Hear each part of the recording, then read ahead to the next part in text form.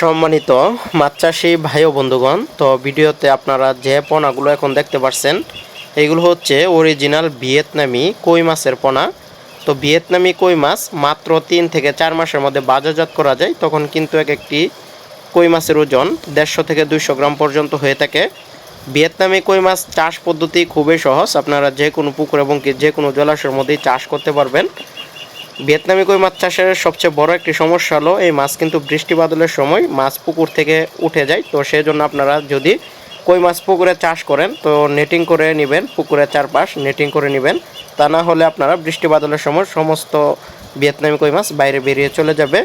তো যে সকল চাষি ভাইরা বায়োফ্লকের ভিয়েতনামি কই মাছের চাষ করতে চান তারাও কিন্তু আমাদের কাছ থেকে এই মাছের পোনাগুলো নিতে পারবেন। এগুলো বায়োফ্লক অথবা পুকুরের চাষের জন্য খুবই উপযোগী পোনা। তো এগুলো 1000 থেকে 1200 লাইনের পোনা। তো যারা আগ্রহী আছেন 1000 থেকে 1200 লাইনের পোনা ক্রয় করবেন, বাইরে থেকে বড় পোনা ক্রয় করবেন, আমাদের সাথে কিন্তু খুব শীঘ্রই যোগাযোগ করবেন। সারা বাংলাদেশে কিন্তু এই মাছের পোনাগুলো আমরা হোম ডেলিভারি দিয়ে থাকি। আর ভিয়েতনামি কই মাছ দেখতে অনেকটা দেশি কই মাছের মতনই, কিন্তু খুব দ্রুত বৃদ্ধি পায়। তো যারা পোনা নেবেন অবশ্যই যোগাযোগ করবেন।